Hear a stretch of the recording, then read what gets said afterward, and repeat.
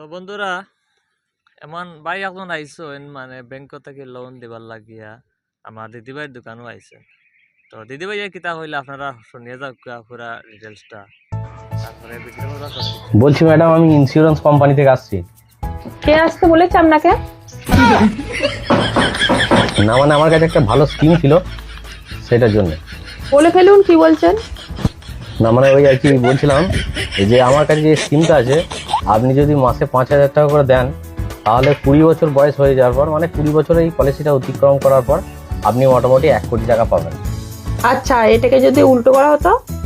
ব্যাপারটা আমি ঠিক বুঝতে পারলাম না। আপনার এটা বোঝার কথাও নয়।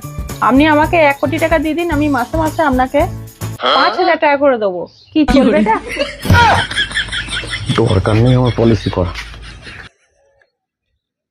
তো ভিডিওটা ভালো লাগলে লাইক কমেন্ট শেয়ার করবা, আর ফেসবুকে দেখলে ফলো দিবা, আর ইউটিউবে দেখে থাকলে সাবস্ক্রাইব করে রাখবা।